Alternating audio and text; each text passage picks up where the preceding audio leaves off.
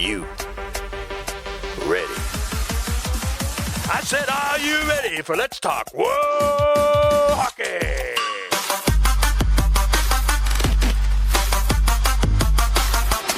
And now, here are our hosts, Beth and Zach. What's going on, hockey world? It is your girl Beth here from Let's Talk Whoa Hockey, joined as always by my dude, Zach. Third episode in a row, pointing in the right direction. I think I finally got this figured out. Yes, I am. You know what? Just golf claps all around. I'm so proud of you. Eventually we get there, and we're finally there. Started from the bottom, now we're here. That is absolutely right. You know, we are super excited to bring you this episode brought to you by Shocked Hydrate and In the Clutch Apparel. We also have a special guest, and I am so stoked to bring him on. We can't wait any longer. Are you ready, Zach? Oh, I am ready. We are doing champion mode on this episode, so I'm excited to talk some tournaments and some trophies. So let's bring our guest on and have some fun. Let's do that. So, well, Hawks, let's welcome to the pod Mr. Matt Parker. He is the coach at LSSU. They are a Division II ACHA team, and we are super happy to have you, Matt. How are you doing today? Hey, guys. How's it going? Thanks for having me. I appreciate it. No, absolutely. It's our pleasure to have you on. We're really excited to talk about some college women's hockey championship action here. So let's get started with a little bit about you first. Tell us your story. Where did you start coaching? What brought you to LSSU? So I was born and raised here in the Sioux. This will be this coming fall. So fall of 22, this will be my 19th season coaching. I got into it pretty quickly right out of high school. I had a short stint of junior hockey, if you could say that. I came home and just wanted to get into coaching, helped out with a couple of buddies. I'm a goalie, been a goalie my whole life. So got into it at first from just kind of being an assistant coach, goalie coach. Really kind of took off from there. There wasn't much good youth hockey coaches at the 18U level. It's always a tough level to coach, and got into that and did that for a number of years. Moved and had a junior A team that operated for a period of time, and then got out of that and went to Lake State in 2015 with men's ACHA hockey. Back then, ACHA, even 6-7 years ago, ACHA was not close to what it is today.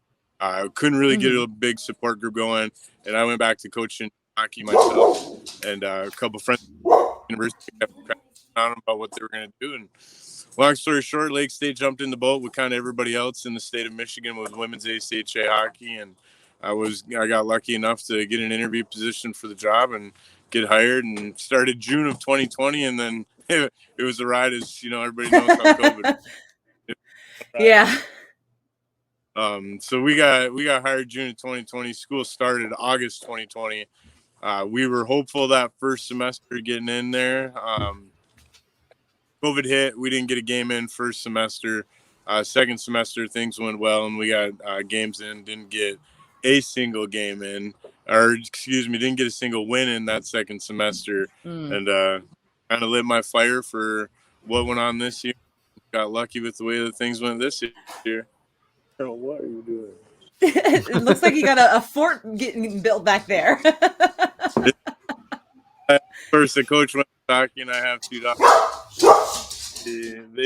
They've grown accustomed to dad doing things like this, and generally put on a good show. But yeah, so it's been fun. Just went out and recruited that whole last year. Got lucky. Got girls from all over Western Canada, the U.S. A lot of girls from our area here, because we have Sioux, Michigan, and then just right across the river, Sioux, Ontario. We have a pretty good core of girls from all over continental U.S., really. That's really awesome. I mean, I know I was looking at kind of your elite prospects page, and I was like looking at the Sioux Firebirds rosters, and I was like, oh, look, they get both the Sioux. They've got Ontario and Michigan going on. Yeah. I mean, being born and raised here, I've always wanted to show kids that, especially on the men's at least, where they'd have to move hours and hours home for junior hockey. You know, and the women's good college hockey women's programs are way harder to find than probably most So being able to show some of our local girls that they would be able to stay home and play good competitive hockey and get an education was definitely a benefit and something that I strive for, to have a good variety of players, and then both local and abroad, and get a good mixture. No, absolutely. I mean, I know you were talking about the June 2020 hiring and then not really bringing in any wins that first season. What kind of changed in the offseason that flipped that switch and you were like, you know what, we're going to go in here and we're going to have some wins. We're going to take it all home. I honestly, I told all the girls all year, the girls that came and committed and made that commitment to me, that we were going to build, and this coming season that we just had would be different. We were going to have a different squad. We were going to have new girls in.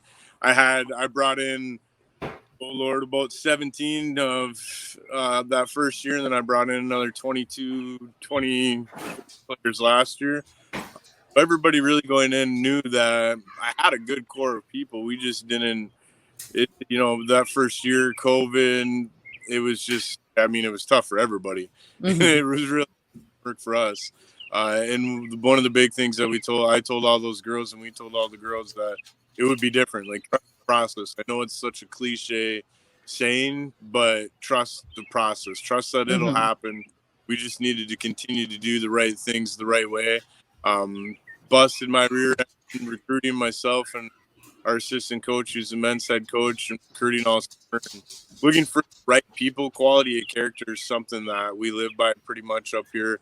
Being born and raised here in the Sioux, my family's had a local Ace Hardware here for years. I grew up playing hockey here, went to Lake State.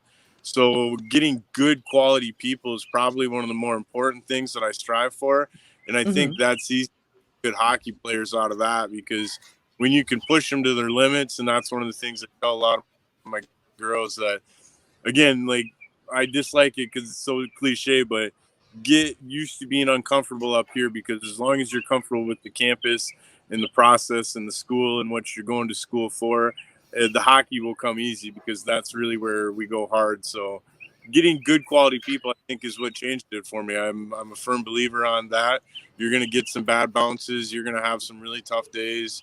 You're going to have some tough losses. You're going to get punched in the mouth by BC and chew on that one for a while. And you got to have good quality people and understand that life's going to be difficult, and you got to keep pushing. And that was this group of girls this year that I recruited and put together, just happened to be that group of girls. I go into Western Canada a lot because I think they're kind of blue collar people, and they really, that Edmonton area is still, you get some kids that grow up with families working in the oil fields, and it's a pretty quality way of life that you need to learn how to appreciate. And just got lucky with that good mix of players for this year, and it worked out for a lot of the season. Yeah, I'm super happy to hear. I grew up with the phrase "get comfortable being uncomfortable." That was something that my mom and my dad both kind of instilled in me, that being uncomfortable leaves room for growth. So I'm glad to see that is still something that continues to be used. Absolutely. I love it. And it's what you said. And I never thought about it until really, like, you got to get uncomfortable to learn and to be able to figure out the game and figure out the way of life. Cause it's, I think probably the biggest thing that I've learned in short order on girls hockey is the transition for them into women's college hockey. I think is more difficult in the sense that a lot of these girls are coming from teams that only have 16 or 17 people rosters. And then, as you can, and I had a 28 person roster. Yeah. And you got to work for your ice time. And it's a tough transition for got a solid group of freshmen this year. Well, I'm looking for, we love repeat championships. I mean, as much as it hurt Zach and I's heart that the Whale did not win the PHF championship, they didn't take home the Isabel Cup, seeing Boston celebrate a back-to-back championship was next level. So, I mean, we respect a back-to-back championship for sure. Yeah, I hope so. It would be fun. It was definitely not planned. I hit a point in the season as a coach where you're kind of like, all right, this ball's rolling in the right way. Like, and it's kind of, a coach long enough where you just start to feel it. And I got probably about mid-semester, mid-year, and these girls were just buzzing, and they were working hard, and the pucks were bouncing our way. And I looked at the guy that's the men's head coach is one of my best friends, and I was like, man, we really might be on something. And then that first ranking came out through ACHA, and we were in first in the region, which was obviously awesome. And then when we got to the point where the ranking came out and we were first in the country, I think a lot of these girls, where they were finally able to see the fruits of their labors, I think really paid off. I'm generally not one that shows my group the standings or cares, and it's still not something I necessarily care about, but I think it's important for young women to be able to see what they're achieving and be proud that you are currently the number one team in the country and you are currently the number one team in the league. You can respectfully be happy about what you're doing, in the sense of, I think a lot of times young women don't get the validation or be able to legitimately see in real time their efforts paying off. So I think that was a big thing that I did with this group that really kind of helped out, where I made it obvious. I let those girls know and rejoice in the fact that they were the number one team and their efforts had paid off, but understand we obviously still had a lot of work to do. And that was getting to the playoffs and getting down to the CCWHA and knowing that, we kind of broke our season up into quarters, and, you go through the semester, second semester, playoffs, and then hopefully nationals, and knowing that the playoffs themselves are that's a whole nother ball game. I mean, it was a world of games. It was completely different the season, and to go out there and win it and beat Sioux College. I mean, for me, being a homegrown kid for Sioux, Ontario, and being able to beat Sioux College, a team from across the river, it's that typical, you drive 6 hours, tournament championships, a game from your hometown or whatever. But it still felt good because that's always been a classic battle with, Sioux, Michigan and Sioux, Ontario. So I would have liked to be, somebody bigger, Adrian in the championship game, we beat him to get there. It was definitely sweet. But to beat Sioux College from across the river, Canada, US, it was definitely a lot of fun. So I wouldn't mind doing it again. No, I know, watching, especially like the Olympics, the IHF Women's World Championships, USA Canada games, they are absolutely where it's at. So I can only imagine two cities with the same name facing off against each other has to be kind of a next level scenario. Yeah, it gets pretty wild, even because they have a men's and women's program as well. So we get kids that we pick out of the same kettle here a lot of times, and kids are choosing. It's getting pretty cool. It's getting pretty rowdy for ACHA hockey and our coverage in our area, with our schools having teams and playing each other big games. It's a lot of fun. I don't think you don't generally see that in ACHA hockey. You really don't get an opportunity to see it in women's hockey, where you can have two competitive university teams across the river and just get to hash it out all season. I mean, I'm looking forward to next season. I know Sioux College is going to be hungry. I know they've picked up some solid players. So be able to go with that rivalry, you can best in Canada, man. It's the best. Oh, for sure. Oh, now, walk us through like a typical season. I know a lot of our listeners probably aren't very familiar with at least the ACHA side of things. So what does the season kind of look like for you and your team? Typical season, we're looking at 24 to 28 games, somewhere right in there. Depends on playoff stuff like that. I'm a full-time employee. You don't find a whole lot of that in ACHA or D3. Some of the big ACHA D3 schools, you have full-time employees.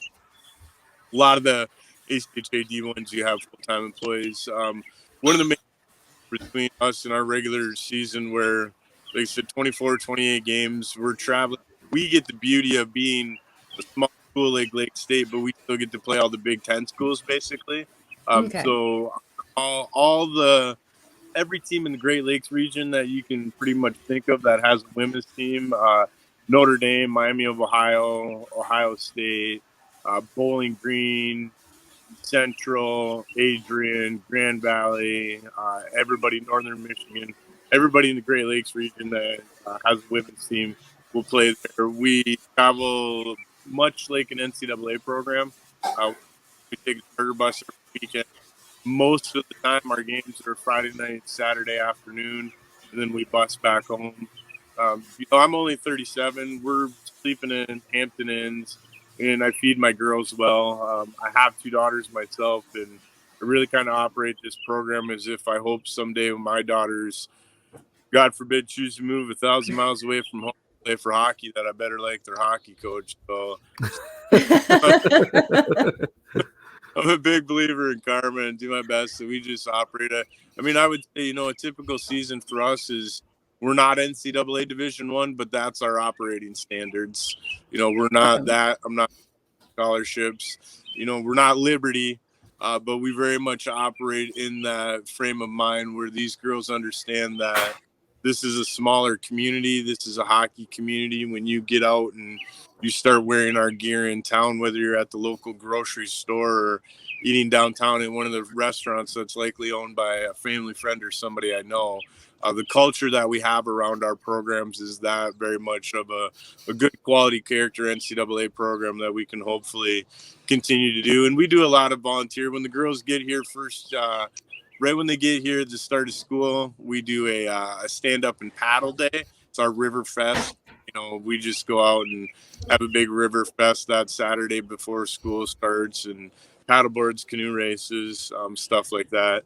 Every year that we're around, we do a Canes Classic for like a U6, U8, and the girls go out and ref. It's at one of our old natural flooded rinks indoor here in the Sioux, and the girls do that. So it's a pretty typical season. The girls got to maintain a 2.0 GPA. That's obviously ACHA. We bumped that up a little bit to a 2.3. My girls have to do 4 hours a week of study hall their first semester, whether they're a transfer or a freshman. If they get their GPA above a 2.5, they get out of study hall. So, we're not, unfortunately, in today's day and age, the likelihood of women playing professional hockey after college is just, the statistics are not great. It's unfortunate reality right now. So do our best to make sure and understand that, you're going to college, you're getting a privilege to play hockey. So, you gotta stay eligible. You gotta graduate. So putting the student before the athlete, basically. I watched your guys' first episode of your trip down to nationals. I thought that was really, really freaking awesome. We shared it on our podcast Twitter. That was really cool. You guys were able to do that. Like, I'm excited to watch the rest of the series, just to check that out. What brought that on? Who came up with the idea, and then who basically ran it and just did all the work, because it was top notch. You would think it was from an actual NCAA program that did it. It was that good. Oh, I love it, man. I appreciate that. I'm really happy to hear you say that. It's always cool to people that you've never met to get their outside view of that. I love it, man. So I appreciate that. The idea was me. I've always wanted to be able to give people a couple different varying reasons. It's a recruiting tool. If you have an 18-year-old daughter and you live on the East Coast, you get to see, obviously there's heavy editing in those things. I let those guys go everywhere. They're a phenomenal group of media guys that we have, and very much understand the life of a locker room and the life of a bus and stuff like that. So obviously a lot of heavy editing goes into it. But recruiting was one thing. I wanted parents, players, families, people to be able to just get a little bit of an insight as to, what it's like, and know that what we're trying to do is provide a legitimate culture for young women to flourish in sports and to continue to do well in school and do well in hockey, where those opportunities for women just aren't as great as they are for men. And so really I had a phenomenal group of media guys after sitting down with them, them coming into our office and having the understanding that really we were kind of going for that Winter Classic feel. You know what I mean? You watch the 24/7s. Oh yeah, so great. So the road great. to the Winter Classics are great. Oh, always fantastic. I love hearing that. I really appreciate it because that was one of the biggest things that I wanted was people to be able to, we can sit here and do these. I can, you guys do it all the time. You can do podcasts, you can do interviews, you can do everything. But to be able to have an unfiltered look into what we do and how I operate and stuff like that, I think it'll hopefully in the end pay dividends. It pays dividends for these girls where they get exposure, where people get to see it and you sit there and go, man, that was great. Like, I loved it. And that's really the goal, just to get you the interest and get these girls having, it's something that I've found that when you can take care of these young women and they know that you truly have their best interests and you can give them the culture. Like I said, we might not be NCAA D1, but that's just a bunch of letters. What you do time in college and on the ice is really what represents who you are. So the letters that you have in front of you are well and good. That's not going to matter to your employer. So when we can get good people like our media guys and they get cameras, and I mean, there's somewhere in those streams where they went out and bought an RC car and hooked a GoPro to the RC car, and they were going through practice and going through warm-ups, and I just love it. Like, you got to enjoy the moment. Life's way too short. I know there's a lot of coaches that are pretty hardcore and they don't want, my media guys are good enough to know there's obviously things that are going to go on in the locker room that don't get said to the public, and that's just the business, and everybody knows that. And these guys are really good at seeing the raw reality of what these girls go through, and these girls really looking at it every day and understanding there's cameras around. You have to be aware of what you say. You have to be aware of how you act and what you do. And it was a lot of fun. The girls loved it. They were one of the big reasons the guys made it to nationals. The guys put in a lot of work over the year on our media stream, hoping that, it got to a point where it was pretty obvious, late in the season, that even if we didn't win playoffs with our at-large bid, we would likely be going. And a lot of the girls were like, Coach, like, we want the media guys to go. And when you get a good group of guys, that a group of girls come to me and say, hey, we'd like them to partake in this, it was a no-brainer. And I'm happy to hear you guys say that, because for me, from an administrative standpoint, it's kind of one of those things where you're like, man, you're bringing these guys, you hope that you hope it gets conveyed the right way. And it worked very closely with me, and they were a phenomenal group of young guys. And I'm glad to hear that, because that was just really people get an inside view. I encourage you to watch all of them because they're fun. There's some good bloopers in there that I left in there for the most part. Because I'm really excited to watch it. I like how at the end of like episode 1, like you kind of like have that drone shot going from under the actual outdoor rink to the top of it. Unfortunately, it's the Blues, but I mean, you really can't pick your venue. But you have no choice in that. It's fine. We'll forgive you. but just the fact that you get like that drone shot, and that you get all the girls' reaction to seeing the arch, because no one's really, because it's not a lot of people get to see it. And I was like, there was one part, I think one of the girls was like, oh, I forgot my gum. And like she has to take her gum out and gives it one to the media guys and has to walk into the trash. She's like, seriously? It's just so great. Just an emotion of like, oh yeah, I totally forgot about that. It was so great. Yeah. If anyone hasn't yet, we'll go back and we'll drop it in the show notes for everyone to go see it. So if you haven't yet, go to the show notes, click that link, watch the entire series. It is phenomenal. But Matt, like, so you do like through all the videos and all that stuff. Like, what was it like going to nationals, going through the whole process, and then it's game day, it's the finals. Like, what do you say to the team? How do you get the mood to just do your job and everything will work out? Like, what was that day like for the championship? Because that's huge. Even doesn't matter what you said, what division it is. You're going for a title. You're taking some hardware home. Like, what's the vibes that day? We tried to stay pretty steady all season. We had a rough start to our season with losing a player to a car accident. So we were really kind of on a mission from day one. It was something that I set a verbal goal to very early on. I believe that if you're going to achieve these goals, you need to speak these goals. And I spoke very frequently to our girls, that we're going to be one of the best teams in the league. I want to win the championship.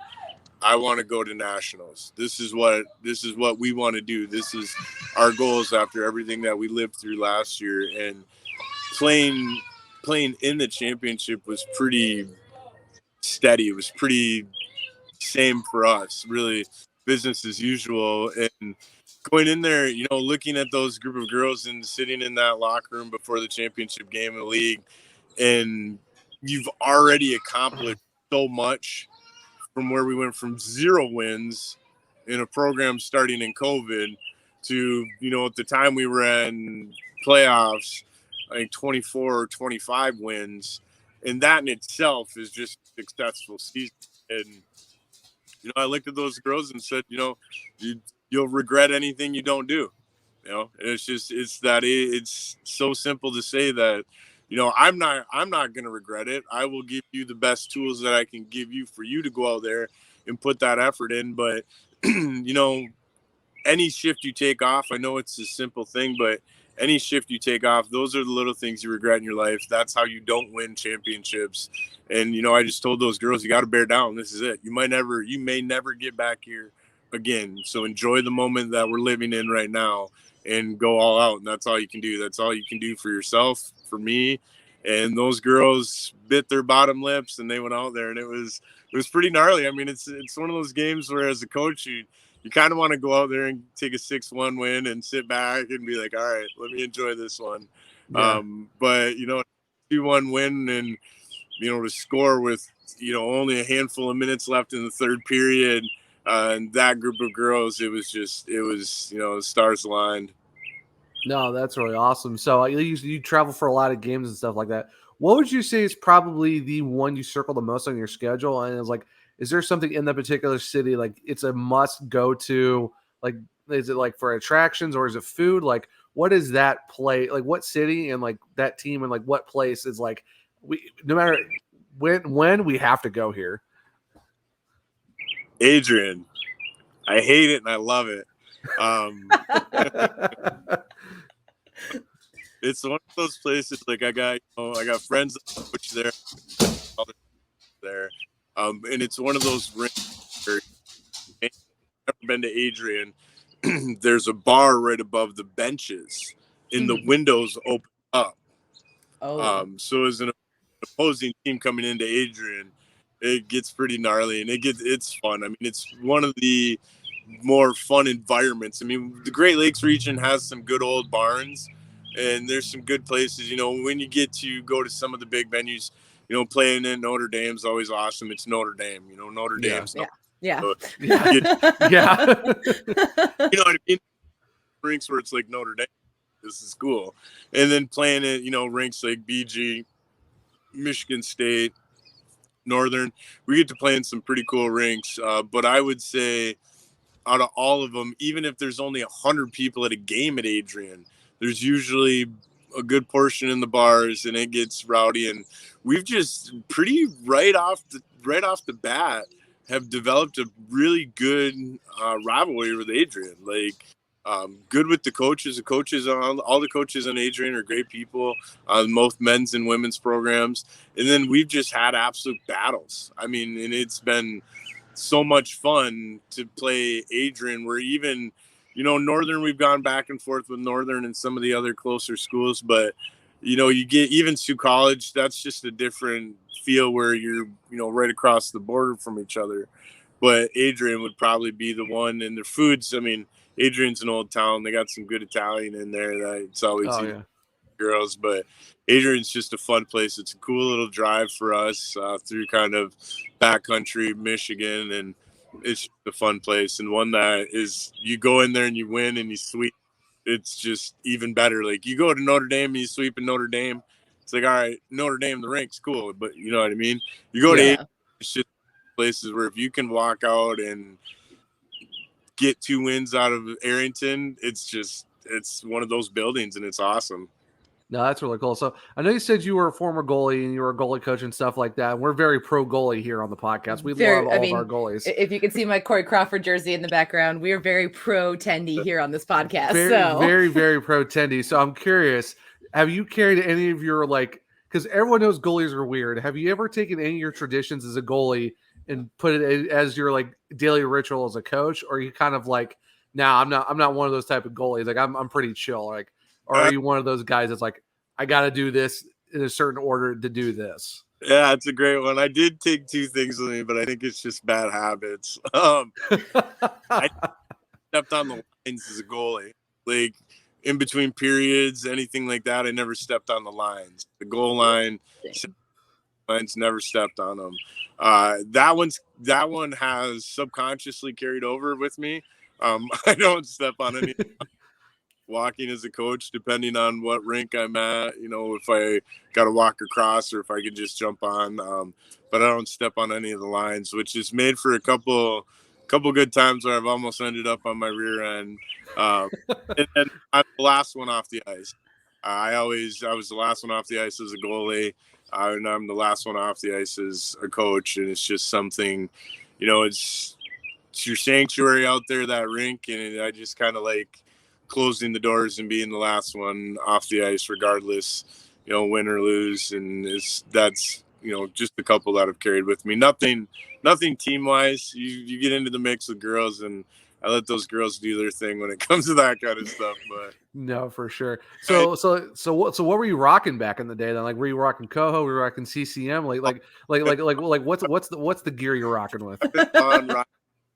I was born, man. My very first set of true custom pads, because of course I grew up with a divorced family, so I did, I got thrown into the net and it just took off from there. But I started with, like the city league equipment, got to a point where Bantams, I got my first set of customs, and Ryan Miller was a big influence in our area. And he rocked those Vaughn icebergs, the OG Vaughn icebergs. And those are so beautiful. Those were just chef's kiss. Very nice. And I got it tattooed on me, and I've been a Vaughn guy forever, and I still have Vaughns, and I've just always glove, blocker, chesty, pants, cup. No, I tell you, looking back now, like where we're at now in terms of equipment and stuff, you miss a lot of the old school stuff. Like I said, Cohos, you said Vaughn. There's like so many things. It's like, man, I kind of wish those OGs kind of came back, because man, some of those stuff were pretty clean back in the day. So it's totally different now with like the CCM, Bauer, Warrior, and Nike. It's like, nah, man, give me the old school stuff. Those were give nice. me a set of Brian's pads and I'm happy. Like I'm good with anybody who rocks a set of Brian's pads. Robin Leonard does. Like his custom Brian setups are amazing. Oh, phenomenal. Some of these guys that come in and girls that buy this, I had a girl that got a brand new set of Vaughns when she was here, and I was like, I don't even know if I could wear these. I'm like, these look so nice, but I don't know if my legs would function in these. Like, my hips couldn't handle that. Yeah, just a little bit wider, a little bit taller. It's just like, you make sure you're not trying to pull a muscle or something. You're out, put yourself on the IL for a few days. Yeah. It's like, not today, man. But no, that's gotta love the old school stuff. It's so great. Gear every once in a while when I can kind of feel the girls kind of in one. We like to say hashtag in one to my girls. When I look at them, I will every once in a while I'll randomly just kind of say screw it for practice, and I'll throw on my goalie gear. And the way that our rink's set up, of course, obviously I can't get dressed in the locker room. My girls, so their locker room that we have on campus for them is in the back of the rink, and we have a coach's locker room that's kind of midway of the rink. So I generally let them get on the ice first, and every once in a while throughout the year when I can feel it, I throw on the pads and get a good howl out of the ladies and let them fire some pucks on me. Oh, that's so I'm sure they love that. That sounds phenomenal. So what would you say, like, I know you love your entire team and stuff like that, but what would be any returning players that for us and for the Wohawks and just everyone who loves college hockey in general, college women's hockey, who would you say is probably like the 3, 4, 5 players, however many you want to name, that is like, you got to keep an eye on these girls for the upcoming season? Yeah, it's pretty simple. You're gonna Sophie Dramko led the country in goals last year. We're here for it. We're here for that. We love it. Yeah, love it. She put up 33 goals and 4 games, so she country in goals. Megan Gary was, I think, 3rd in the country in points. She was another one of our forwards. We had the top 2 defensemen in the country, Heather Lamb and Aaliyah Adams. They were both back to back with points. They led the country statistically in D, and they were our number 1 pair. Jeez, talk about shutdown. Good grief. And firepower. My word. These girls, sometimes I get caught in it myself. The accomplishment that these girls did, because you don't push the individual accomplishments, as we all know. That's not what wins when you need it to. But I think you still have to be able to give these young women credit in what they've done. And, we went back towards the end of the year, and, Sophia Jaremko, as a freshman, nobody sniffed her out. I'll say Scotty Hicks at Indiana Tech. He's a good buddy of mine, and I know Scotty was he was going for that as well. So it was pretty fun to nab one from Scotty, because he's just a phenomenal coach. And Sophie came in as a freshman and leads the country in goals. Megan is, she's a junior double major, really, really, really good GP, and is top 5 in the country in assists. Wow. And then, Aaliyah Adams, another freshman, she was playing for the Kalkaska K-Stars, good program here in Michigan. True freshman, and she's 2nd in points. And Heather Lamb, I've had Heather Lamb on my radar for a long time. When I was coaching boys U18 hockey, her and her twin sister, who will be joining us next year, they beat us in overtime to win a district championship. And kind of that day, I was boys U18 yeah, league? But love yeah, it. because love it. Her sister, we don't have girls hockey. Like, we're the only legitimate team in our area, which for being hockey town and that's all crazy. We've never had it. We've never had good, legitimate women's hockey up here. So to be able to be doing that has definitely been a bonus, and having those girls succeed at what they're doing. And Heather and her sister were playing U18, and they scored that goal on us, and I just knew there was something about that girl. And I got this job. Things weren't going great for her at St. Norbert, and it was COVID. I think I feel bad for a lot of teams, because a lot of teams probably had great rosters put together, and COVID. Yeah. What more can you say other than just COVID? I mean, so Heather and her sister moved home, and I found out that they left St. Norbert's, and that was obviously my first phone call with Heather. Was they go, "You owe me one."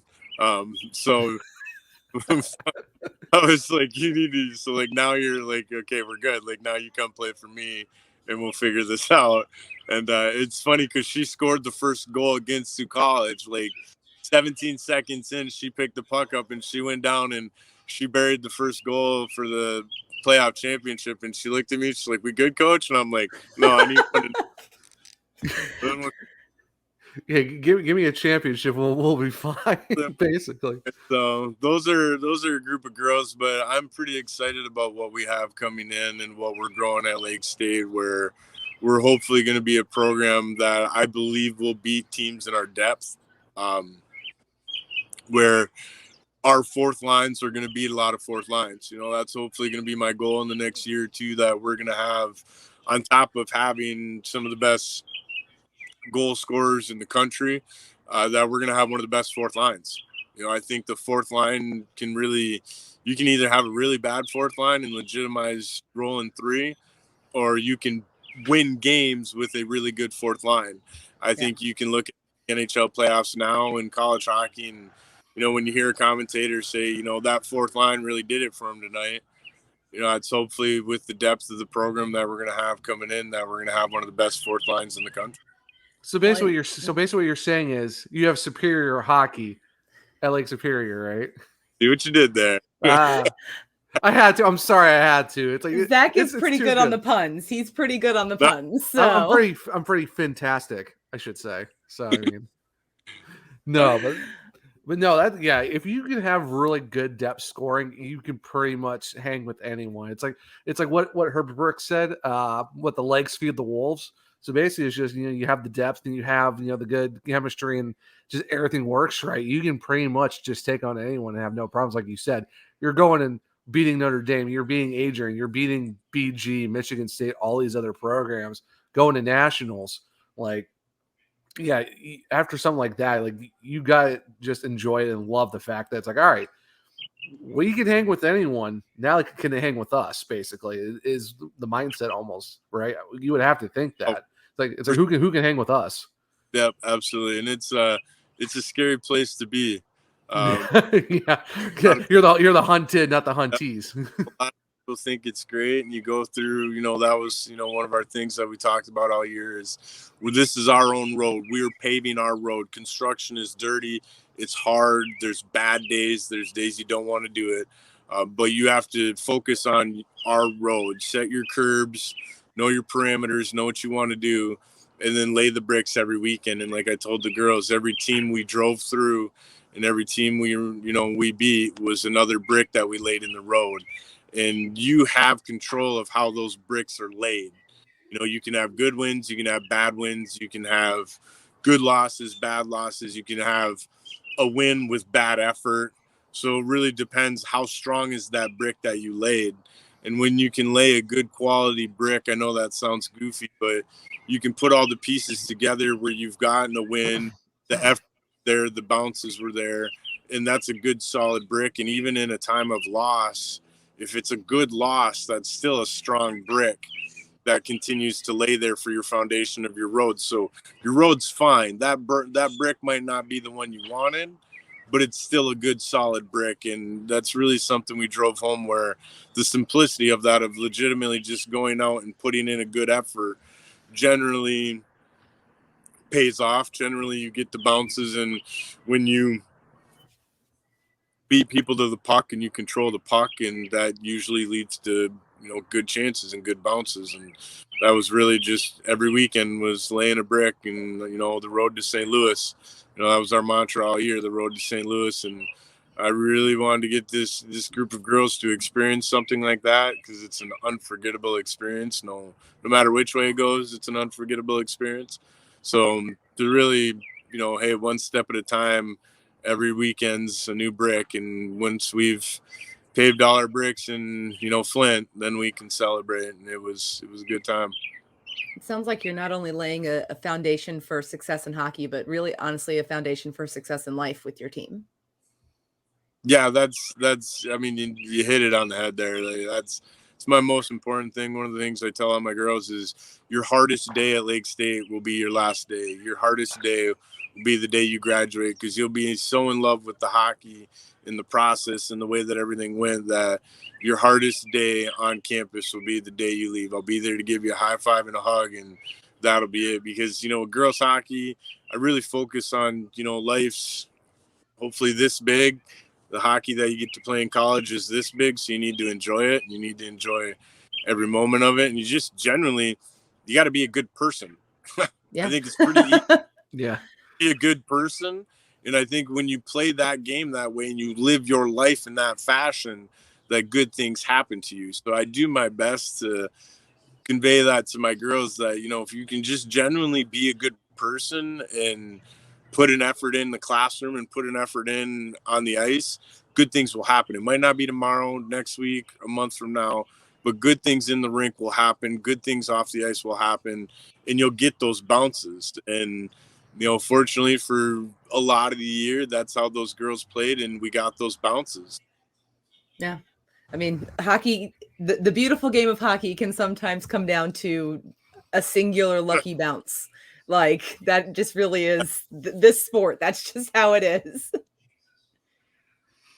No, but no, we really appreciate the fact that, because it's funny, talking to you today, because we put that post out, and hey, if there's coaches or players want to reach out to us, because that's what we really love about the podcast is we're not just pro hockey. We're we decided let's do college hockey as well. Let's talk about it, because it's very not talked about, and you don't really see podcasts for it. And we're let's build this thing. Let's see where we can go with it. And that's why we put that post hey, if you're interested, jump on. We'd love to talk to you. And it's cool that you were one of the early ones that were I want to come on and talk hockey. So that was I appreciate it. I appreciate what you guys do. The grassroots stuff for people like me, being born and raised in a small town, located in the middle of nowhere, really. And to be able to just get the word out, selfishly as a father of daughters, I hope that the game grows to a point that when my daughters hit the opportunity that they can go and play college hockey, they have far more opportunities, they have far more options. And then after the life of college hockey, there's better opportunities and better options for them to continue to play hockey like there's the boys. And getting the word out about Lake State, it's a beautiful school, located in a place that's just kind of a hidden gem, and growing up here and really just kind of being what hockey is and being able to get that word out and people understand that, life's a little different up here in Lake State. We're hopefully growing some good women's hockey up here and expanding the game. So I get excited anytime that anybody wants to hear me ramble for a period of time and talk nonsense. I enjoy it. I've been living my life coaching hockey and talking, so I appreciate what you guys do because it helps out a lot. No, for sure. So Beth, basically what Matt is saying, we have to make a road trip to the Sioux to see the Lakers in person, basically, and check out, the Sioux, because why not, right? I do make often trips to Michigan. My grandma lives in Petoskey, so I'm often in northern Michigan. My parents are in Mount Pleasant, Wisconsin now, so it's not that far. I can easily make that, that hop and a skip over to the Sioux and go check that out. And you talk about the area and stuff like that, Matt. So we put another post out, not a lot of traction, but we're looking for, it could be both of us picking the same team or picking different teams, but we are looking for us to have our own women's college hockey team to pick, to root for next season and in the future. So I know you have your own set of recruiting for players, but how would you recruit us to be Lakers fans of Lake State? Oh man, I think it's we are blue collar. We are everything. We're the epitome of that. The demographic of kids that we get are that middle America, middle Canadian families that are just good lunch pail kids. It's a good story to get behind. Everybody loves a good story, right? And a team coming from the ashes of nothing, it literally just poof in the middle of COVID, to exist and go from a no-win team to one of the best teams in the country. Either it's going to be a really good showing, or you're going to want to watch it burn. I mean, it's just kind of one of those things where we're right there, where it's either going to be remarkable and you're going to sit there and go, wow, I can't believe what Lake State's done in year 4, we're winning a national championship, or the wheels are going to fall off the bus and it'll be a hell of a thing to watch on the way down. So either way, there's going to be a great story. Regardless of what happens, there's going to be a phenomenal story. There will be entertainment. There will be more YouTube. There will be more behind the scenes. There will be a lot of good fun. Our guys, if you ever see a game, those guys that did our YouTube, our behind the scenes and everything like that, do our games, our game commentary. And if you want to see some good quality gold, go back 2 years and watch those guys from some of the first games where you throw 2 college kids up there and you pray for the best. And then, you get a random text message like, hey, did you watch that live? Like, no. And you go back and you watch it. I was kind of coaching. I was a little busy. So you go back and you get home and you watch that live and you look at these and you're like, holy boys, like, got to soften up a little bit. So it's been fun to watch the progression of them. So even a fan on the outside, our games are generally pretty good, not even on the ice, but just the audio visual. Our guys are great. There's usually interviews. They randomly go in the stands and ask, Jody standing at the concessions getting popcorn, what's her favorite dog treat? Oh my gosh. Now, are these available? Do they live stream them on YouTube or? We have a whole YouTube channel, LSSU Club Sports, and we post everything. All our games are posted. There's a couple of videos from, we took it when we took a trip to Bowling Green. It was one of our longest trips. So I brought the guys with us when we took an early trip down to Bowling Green at the beginning of the year, and they did a little docu-series, a little, 10, 18-minute long video. So yeah, we got all those videos on our YouTube channel. Perfect. Well, I guess I know I'm going to be watching some hockey later. Now, where can our listeners find your program and also you on the internet? So all our social media sites are active. Our Facebook, LSSU Club Sports, Lake State ACHA Hockey. We're in the process right now of relaunching our website to kind of a little catchier website, some good eye candy with a new program that the ACHA is working with. And then just, Twitter, our LSSU women's hockey Twitter, our YouTube, and then my information's all over Lake State, lssu.edu, a lot of those places, and you can find all the information in regards to anything more about our programs. Perfect. And do you guys have like merch or anything like that we can maybe look into getting? I mean, I've been staring at that hoodie like the entire time we've been talking. Same here. Yeah, it's like that's pretty fresh. Not gonna lie. Yeah, this is it's nice with our colors on black. Everybody goes with black, but I think our Laker colors really pop on black. But yeah, Squad Locker. If you know how to use Squad Locker, you go to squadlocker.com. Go to the search bar, search in Lake Superior State University women's hockey. We get 10% of the proceeds that help our women's program, which everybody knows in the world. Today's day and age, that is a difficult thing to do. Yes. Any of that merch that you purchase on Squad Locker, we greatly appreciate it, and it goes to help fund our women's and men's programs. Perfect. Well, we will definitely be on the lookout for some merch. As you can tell, Zach and I kind of love hockey merch just a little bit. So definitely going to be heading over to Squad Locker. Is there anything you want to put out on the world? Maybe there's a potential recruit listening to this podcast right now. What would you want to tell them about Lake Superior State? Give me a call. Once you can get roots, that's always the first step, right? Just pick up the phone, give me a call. Yeah. Or shoot text. In today's generation, they like to text message way more. But you get to, we're a different place. It's a comforting thing as an 18-year-old freshman. We're not Michigan State. We're not U of M, Arizona State, Adrian. You're not walking onto a campus that's got 35 to 8,000 people on it. On top of just the mental anxiety and everything of moving away, your first time home, understanding how to be a college hockey athlete, understanding how to be a student athlete, super overwhelming. The beauty of Lake State, you really don't have that. We got about 1,700 people on campus. They take care of our girls pretty well. One of my best friends is the head of public safety, and it's a different feel. If it's somewhere where you're really interested in getting a different way of life, it's a simpler way of life. It's a slower way of life up here, and we really kind of live hockey in the winter. And obviously, with our snow and things of that nature, and how long our weather is up here, that when you get up here, you're really truly focused on becoming a student athlete and becoming a good student athlete and becoming a good hockey player. It's a good opportunity that you have to finish your last 4 or 5 years of college hockey. And like I tell my girls, every day, what are you gonna do? What are you gonna do with today? Because once you're done with today, it's over and you're gonna give it away. So what are we gonna do? And it's a fun place to be. And I think probably the biggest recruiting tool I've had is people getting here.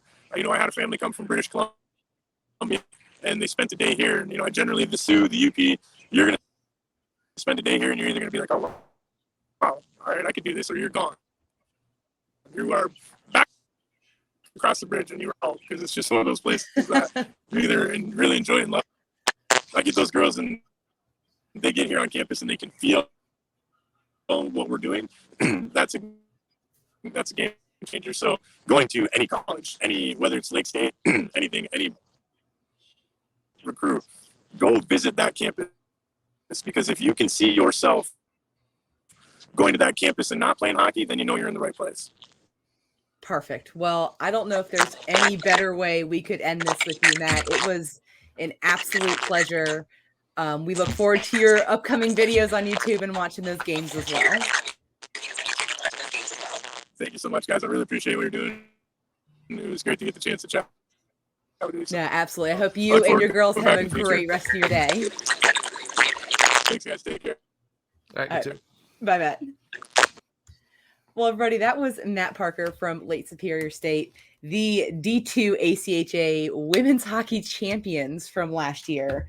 What a great guy to talk to. That was phenomenal. That was really fun. Just be able to talk puck and just talk back, former goalie, becoming coach, and then taking a program in their 4th year all the way to the nationals, and just having like YouTube goosebumps. series. Yeah, Goosebumps. The fact that you have like a freshman leading the whole nation in goals. Like, imagine when she's a junior, pumping like 50 33 goals. goals.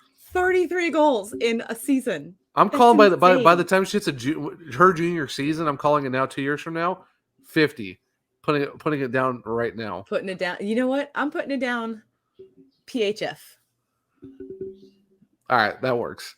As long as it's the whale, right? I mean, we would prefer the whale. However, yes, we are also unbiased, but we will look. Come play pro hockey. Yes, because you're obviously really good at the hockey, so a little bit, just a little bit. You should keep doing it. Speaking of PHF, the frenzy finally started. It took a little bit. It took a bit, but my goodness gracious, the frenzy started, and it was just like days of like, Unfortunately, there's more. Unfortunately, the whale have been very quiet. I don't love it.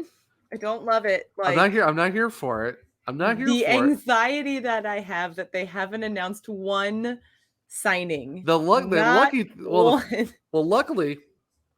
no one from the team has gone somewhere else. So true. We haven't lost any whale. We still have all of the whale. It's hope we keep all of them, or you add a little bit. But yeah, so far so good. We have not lost a whale yet. We have not lost a whale, so that's beautiful. But I'm just like, also the anxiety of like, can someone sign? Just somebody sign somebody, please. Sign. Just tell us one person, please, whale. Like, pretty, please, bestie. We love you so very much. Give us Ives. Give us Conway. Us Kennedy. Give us Abby. Give us Amanda. Give us Shannon. Give us somebody. Fuji. Anybody, please. At this point, bring back Anya Packer. Put Anya Packer in a jersey. Well, I mean, she's gonna have like a whole baby coming up for next season. Very true. I'm just saying it's so. 2 seasons from now, season 10, bring back Anya Packer for the 10th anniversary season. How about that?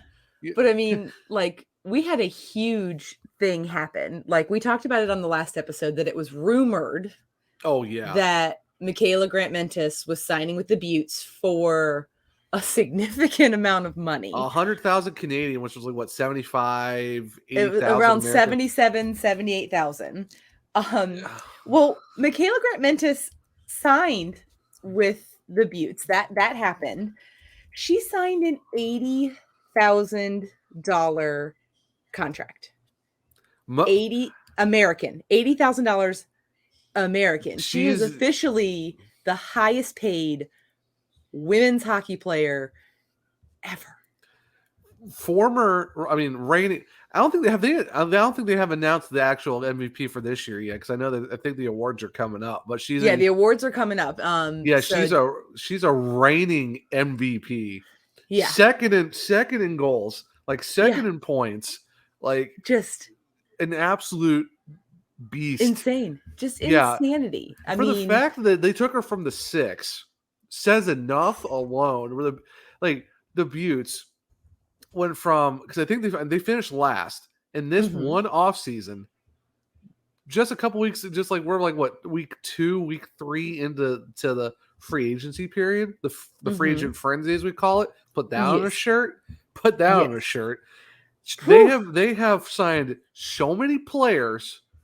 Yeah. They even and the fact that they got Michaela Grant-Mentis, or Bucky, as some people know her. They have a reigning MVP on their team now. Yeah. Like, the Buttes are going to be a problem in season 8. Not only are they like signing these players to these amazing deals, we have Casey Bellamy, which WoHo fans, you should know her name. She has an Olympic gold medal from 2018. The fact that they have an Olympian. Yeah. She is the director of scouting and the player relations liaison. Like, we've got Mel Davidson being appointed as the director of league and hockey operations. She coached one of the all-star teams this past year. Like, the PHF, like, what Reagan Carey's doing right now, it's insane It's what this league. amazing. It's insane what this league is doing. It's so great. And the fact that you're getting like, and you even have you have like people you think are going to be in the PWHPA's league. Yeah. It's now joining the PHF. We have a PWHPA player joining the league. Like we have, I mean, for Amanda Pelkey to come over, she is an Olympic gold medalist, and she has signed a deal to join the Ribs. She did previously play in the PHF. She played for the Boston Pride for the first 3 seasons of the league. Right. But she was a national team member. We all know most of, if not all of the national team members for Olympic teams have played in the PWHPA. And she was like, I'm coming to the PHF. And she's joining the Ribs. She's going to be playing with our girl, Madison Packer. Who also got re-signed to a 2-year deal. 2 more years of Madison Packer. Her statement after was absolutely beautiful. It was. And I also like the fact, too, she's like, it doesn't mean that I'm hanging them up after 2 years. You're like, So and what you're saying is... the same day, they were like, oh, you thought Madison Packer was it? No, fam, we got you.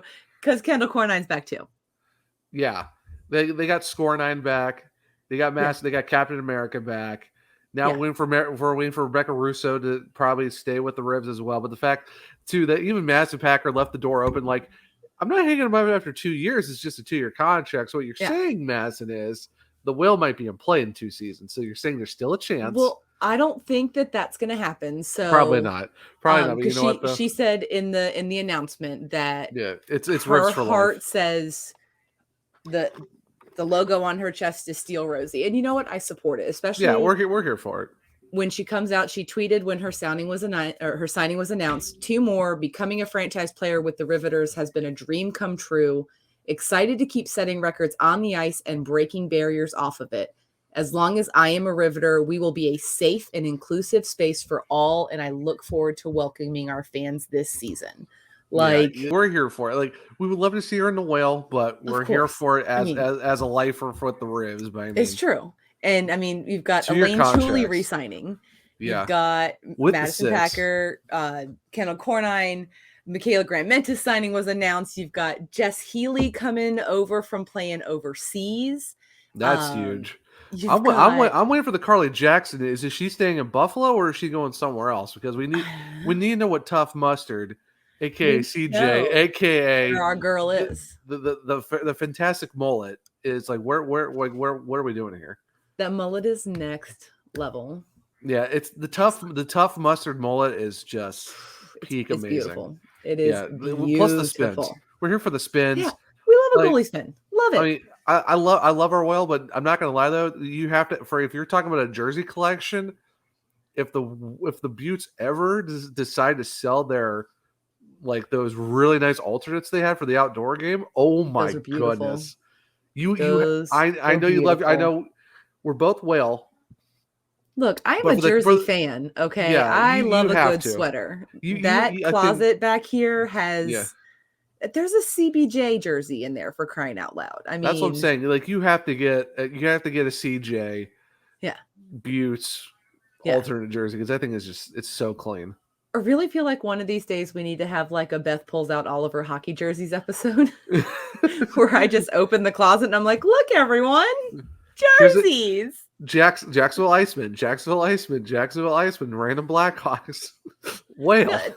I've got obviously my Whale, my Blackhawks, my Iceman. There's a Houston Aeros jersey in there. There's a Minnesota Moose jersey in there. Wow.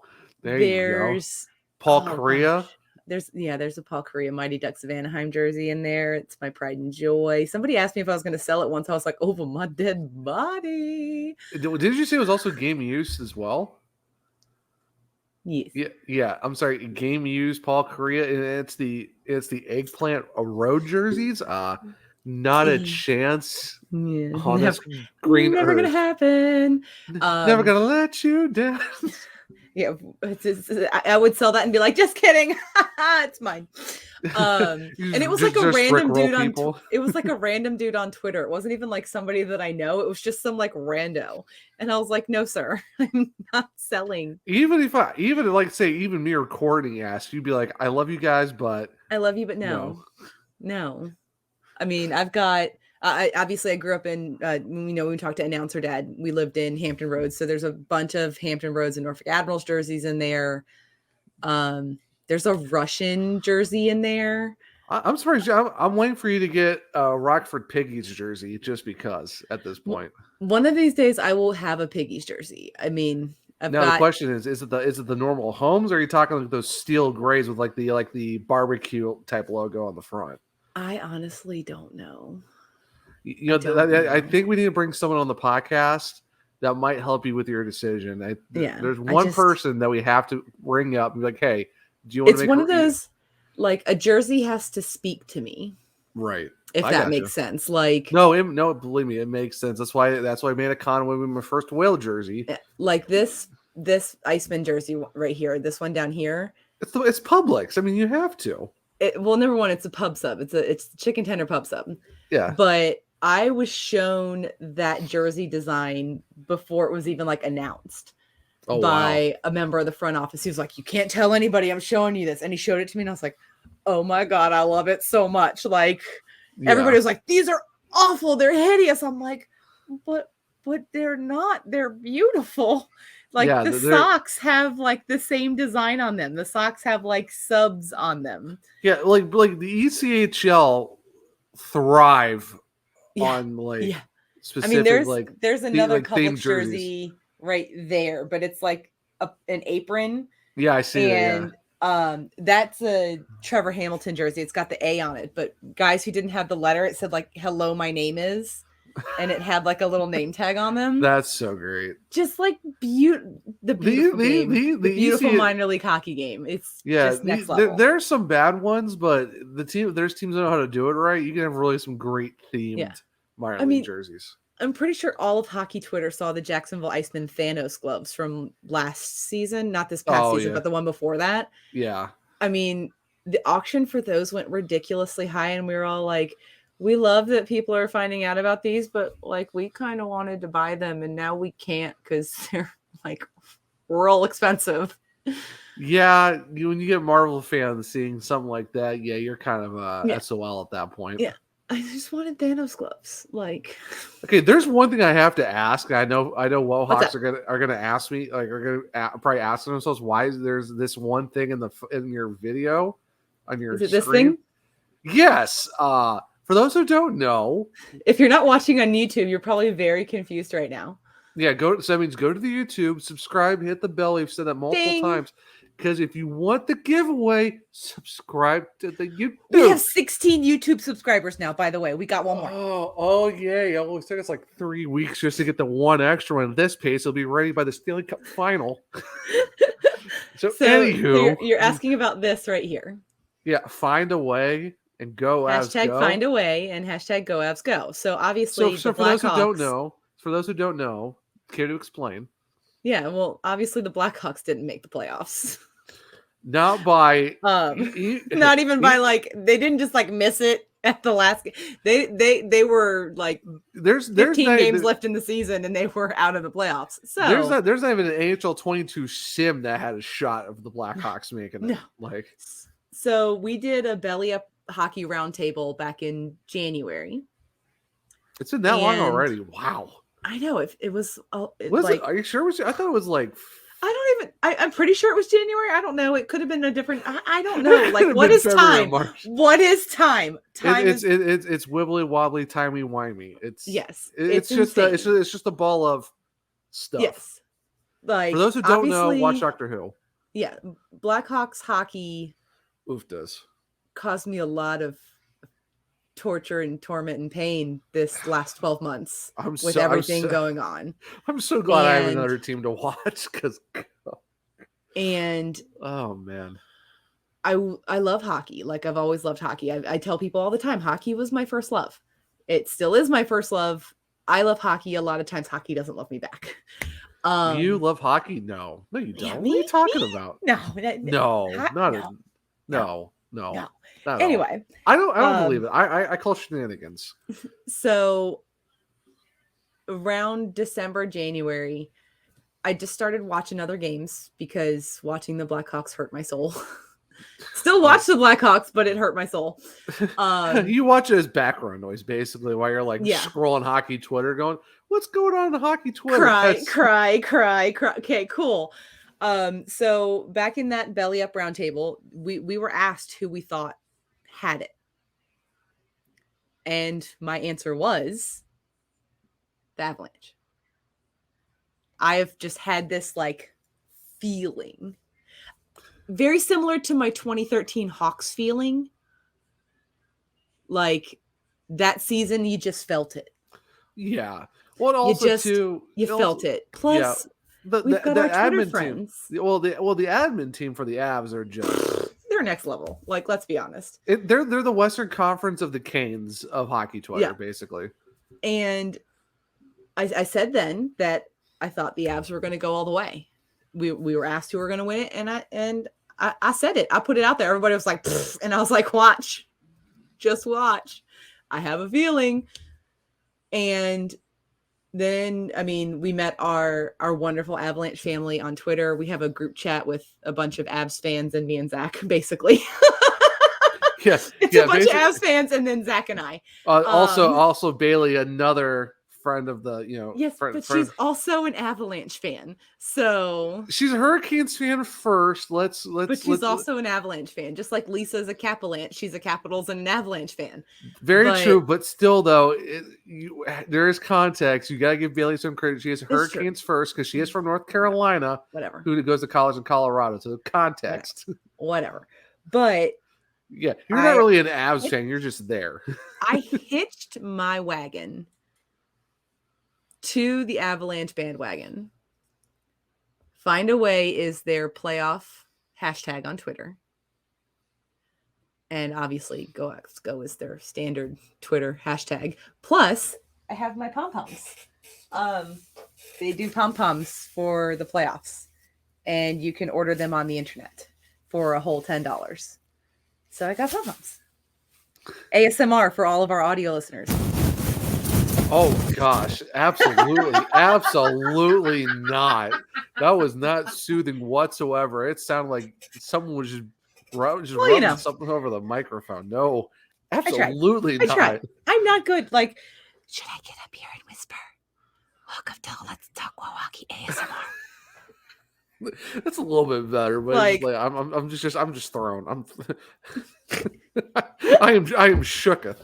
So, but I had to look out for our friends because I mean they're all friends of the podcast, and I'm just there so I don't get fined. Plus they're like, so you don't get fined. Yeah, they're like, bring Zach into the group chat. Like, okay. Yeah. I was there just to support Kyle. Then Zach just talks nothing but Canes hockey all the time. They keep asking me about it. What am I supposed to do? Say no? But I told our friend Kyle I will just talk just Avs when we're on the space. This is an Avalanche space, sir. But not my fault when I get asked questions. Wagon to the Colorado bandwagon. It is what it is. Just for the playoffs. At least I'm keeping the love. Yeah, just for the playoffs. At least I'm keeping the love in the Central Division. Right. Because honestly, screw the Blues. Minnesota. Tame the Wild. Yeah. Ew, Trashville. Shoot down the Jets. The Jets. I mean, no. Here's a question: Are we ever going to see an Avalanche jersey in the collection? Probably. The third jersey. The third from this year, the blue one with the triangle. Yeah. That sweater is fresh. It's fresh. It's really nice, but it's so good. Would they be your second team though? That's the real question. Is that the thing? Will they be your second team? I don't know. Honestly, I could kind of. I'm trying to just go with the flow. Let it honestly, happen. The way the group chat's been, just how you've talked about the Avs, I can see it. I see my hockey heart. I think for the fact that the Avs have done that, plus you love their Twitter team, I think the Avs are your second team. I'm calling it now. Who doesn't? I love it, but I already got my teams. I mean, I do have real estate, so Beth, just all right. We're doing an intervention right now. Just accept it. Accept it. The Avs are your second team. Let's just put it out there now. Let's can just I just call him my mistress? It feels more You're, fun. you're calling me basically the Avs are your side piece, basically. Yeah, the Avs are my side piece. Oh man, that's just that. I mean, that's one way to put it. If you I'm in an open relationship with the Chicago Blackhawks. Oh man, I mean, sure, we can go with that if you really want to, but let's be honest, the Avs are your second team. Let's just put it out there. It is. Let's just say it is. Like, okay. why delay the inevitable? I mean, look, I can't help that. No one's saying there's nothing wrong with that. They made me love hockey again. No one's saying because the there's nothing wrong with Blackhawks that. sure as shit didn't. Hey, I'm just saying no one's gonna say no. Everyone's gonna understand. That's what I'm saying. Just accept it into your heart and you be like, I know one Avalanche person are my other who team. might say no. Who? I'm Announcer curious. Dad. That's why you keep it on the down low. That's why they're my side piece. That's why I'm not in a committed relationship with the Colorado Avalanche. Your dad will be like, absolutely not. Same division doesn't work. No, ma'am. You cannot like another team in the Central Division. I'll be like, but at least it's not Nashville, Dad. It's Colorado. I mean, is it really that bad? I mean, it's like no. See, luckily, it's my teams are not even in the same conference. And I just don't like any teams in the East. I really don't. I said this in the space the other day. Everybody was like, whoa. I was like, no. See, here's the thing. I just don't like any teams in the East. I like some players in the East. Turbo. We got Turbo. I like Turbo. I like Breadman. You can't like you can't bring you can't bring the cans to your heart. It's just not there. There's a very specific reason why, and you know what the reason is. Yes, I know, and believe me, I'm not a fan of it myself. Even though everyone thinks that all Hurricanes fans like this guy, that's false. No, a lot of us don't. See, no. Just okay. Well, good news. Well, there's good news. He is an RFA, so he might not be back because he probably won't want too much money. So he might not be a Hurricane next year. So I would prefer that he was not an NHL player next year, but I mean, we all know it's not going to happen because it's Gary Bettman's league. But welcome to the NHL where you get 20 million chances and you're still a crappy person. Hello, Evander Kane. I feel like we're going to get a cease and desist just for saying that name. So, but that means he's listening. But don't listen. If you're listening, please stop. Just look, it's fine. No. We'll lose the subscriber. We will lose the download. No, thank you. But we do have at least some exciting Blackhawks news. Do we? We do. There was a thing that happened because we stand Dylan Strome. Oh yes, that of course. He is one of our awesome humans who we love, and we talked about when Wrigley passed away, sadly. They were planning. They were planning on getting a brother for Wrigley, and they decided to go ahead and still get the puppy, and his name is Benny. Benny and the Jets. And sorry, I had he to. is actually like Wrigley's half brother. They have the same dog dad. Aw. He is precious. Like, please go to Wrigley Strome's Instagram page so you can see this adorable fluffy dog. I mean, I know Dylan said that they're thinking about keeping that account going just for Benny. Yes. Which it makes my heart happy because I miss Wrigley content. Like, cutest doggo ever.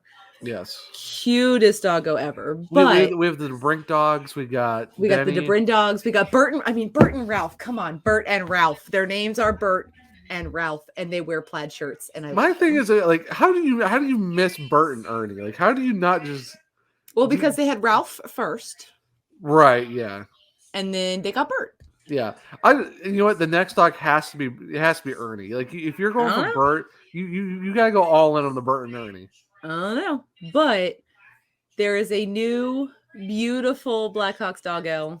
We love our doggos. I mean, Kelly made an appearance through most of our interview with with Matt. It's every episode. It's true. Every we love dog content. I mean, Ella and Gary were back here at one point, but please go give Benny all of the love on Instagram.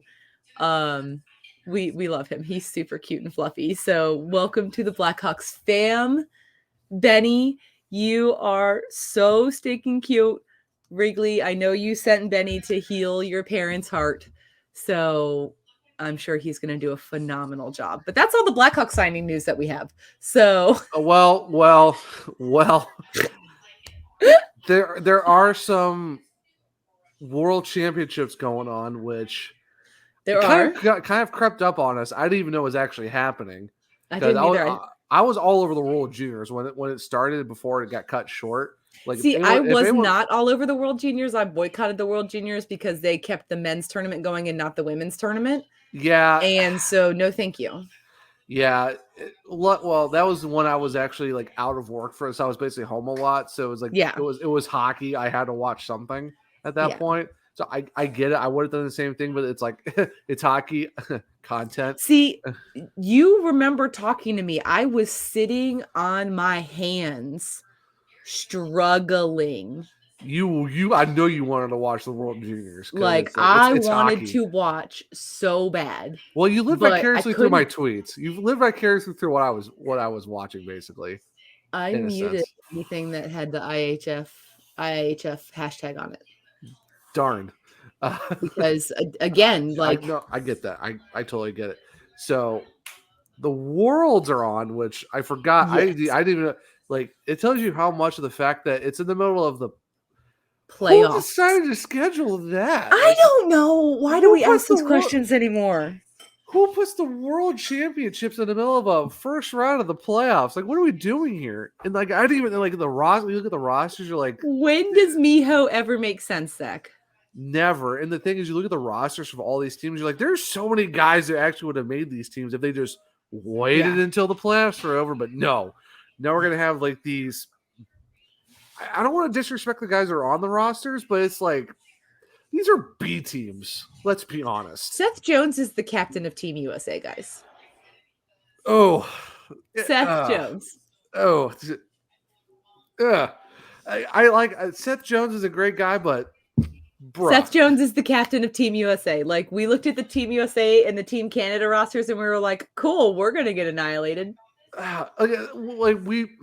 We're mostly positive for the most part on this podcast, but we're also going to be honest.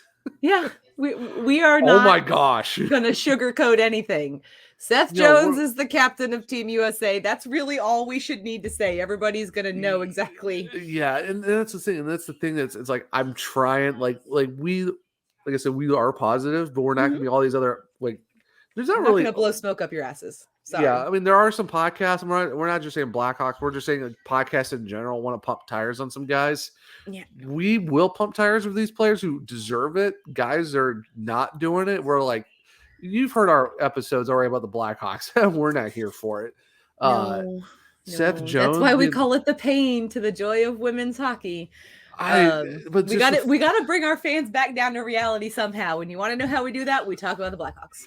The fact that he's the captain of the men's hockey team in the world championships that no one knew was happening. Like there was zero expo. Like no one now, like the only you knew was probably Twitter because I don't think AHL Network was talking about it. By the way, like these games are starting when all of these Game 7s are happening. What do you think people are going to watch? The B teams at Worlds or Game 7 Stanley Cup playoff hockey? In the first round, and this was like the most Game 7s in a round ever. 5 of them. I thought they were saying there was more in 2018. No, I saw it. I saw it said it was the most Game 7s in one round ever. But my point is like, and even then, like there are some games that are starting in the like mid afternoons, like somewhere in the morning. I'm like, it's beautiful. The scheduling is absolutely terrible. Like you don't even know they're even going on until the games have already started. Yeah, and you're seeing highlights, and then you just see like clips on Twitter of Tim Stutzel asking somebody who the F he is. Yeah, and you're just like, and like him and Shabbat are going at it after their game, and I'm like, wait, what? Like Germany and Canada are facing each other. It's like, wait, I got nothing. So that's what but I'm just like. I'm like, what are we doing here? I don't Who know. scheduled this? Like in the The middle of the hot, IIHF. The IIHF, they're awful at scheduling things, in case you weren't aware. deleting things, starting things, restarting things, scheduling Calling things. things a men's and women's tournament because they'll call it the women's world championships, but they won't call it the men's. It's just the world championships, but it's like you're like, oh hey, we need to get exposure to our tournament. What do? Throw it in the middle of the AHL playoffs in the first round. You're like, and all of the players that people want to watch are playing in the Stanley Cup playoffs. So let's watch Seth Jones lead a really watered down USA team with. You look at the roster, you're like, who? Yeah. Like there's at least Adam Gaudette's there. The hockey god, as they say, but it's like still though, like you look at the rest of the roster, you're like, who in the crap are these guys? Are these people? But we are slowly running out of time, so we got to go over some sponsors real quick because sponsors, we love them. So Shocked Hydrate is awesome. Zach's had it, I've had it, delicious. If you head over to shockedhydrate.com, put in the promo code WOHOCKEY, you gonna get 10% off your order. And then we've got In the Clutch Apparel. They have officially licensed gear. It is all phenomenal. They've got some beautiful vintage hockey stuff. Same promo code. WOHOCKEY. Yeah. 10% off. Get your merch. Like we're talking Colorado Rockies, New England Whale, the Chicago Cougars, Cincinnati Mighty Ducks. Like we're talking like love it. Atlanta Thrashers. If that tells you the Cleveland Barons, if that really tells you anything. We love it. Old school. Love old it. School. So head on over both those places. They are kind enough to sponsor our show, and they're incredibly awesome with what they do have on both sides of things. Where can the humans find you, Mr. Zach, on the internet? Before I do that, I have to say though, the green apple for Shocked Hydrate, really good. I enjoyed that one. It's just not my thing. I get that. But honestly, they're both good. It's not my thing. Oh, and Canadips. How could I forget? Canadips. Belly up, 20% off. Canadips.com. It's delicious. 20% off because they love us the most and they're based out of Humboldt. Anyways, Zach, humans, where can they find you? You can find me on Twitter at the One True Zach. That's ONE True Zach. It's not the Wonders. It's not the Oneaters. Wait, I wonder what happened to CLE Zach. He's now the One True Zach because this is the only Zach you need in your life. That's basically about it. Beth, I support it. Yes. What's that? I said I support it. I'm glad you support it. I'm probably going to get a lot of other Zachs going, hold up, time out, wait a minute. Excuse me, sir. Pardon me. Hold it. You're not even the best Zach Martin, let alone the best Zach Beth. Oof. I mean, hey, there's a professional football player that's named Zach Martin, but spell with a K, not an H, so I'm the best H Martin. Let's be honest. But that's just me. My wife will give me crap about that later. Anywho, Beth, where can people find you? So this is where we confuse the people because I am at Wonder Beffers and it is not the number one. It is like wonder, like wonderful because I am wonderful. So like I wonder what happened to the Oneaters? Exactly. So at Wonder Beffers, you can also find the podcast on Twitter and Instagram at Talk Wo Hockey Pod. And please go to YouTube, hit subscribe, click the bell. All notifications on. We have an awesome giveaway, guys. So please follow, like, subscribe, do all the things so we can give you the stuff we want. We just want to give you free stuff, okay? We're trying to unlock the giveaway. We're not even at the giveaway yet. We're just trying to unlock the giveaway. We just want to give you free stuff. So don't you want free stuff? Like don't you want our free things? Like it's apparently really not. Awesome. And you know what? I'll take the free stuff at that point. Then if no one else wants it, I'll take it. Like. At this point, we might as well just send the free stuff to each other because they ain't gonna unlock the giveaway. So, I mean, you know what? I mean, suck, I guess. I mean, unless you want it. I mean, hey, we're brutally honest here. we love you, Hawks. So yeah, you're great. No, you're all a bunch of beauties. You are all a bunch of beauties. It has been an absolute pleasure It was a great episode. I'm so happy we got to talk to Matt about his amazing team and their wonderful championship on this, what I am dubbing the Dominic Kubalik episode of Let's Talk Whoa Hockey. So until next time, it's your girl Beth. It's my dude Zach. We will see you later. Bye. Thank you for watching this Belly Up Media production. Some said we'd go belly up, so we made it our name. And we're still here. Ha!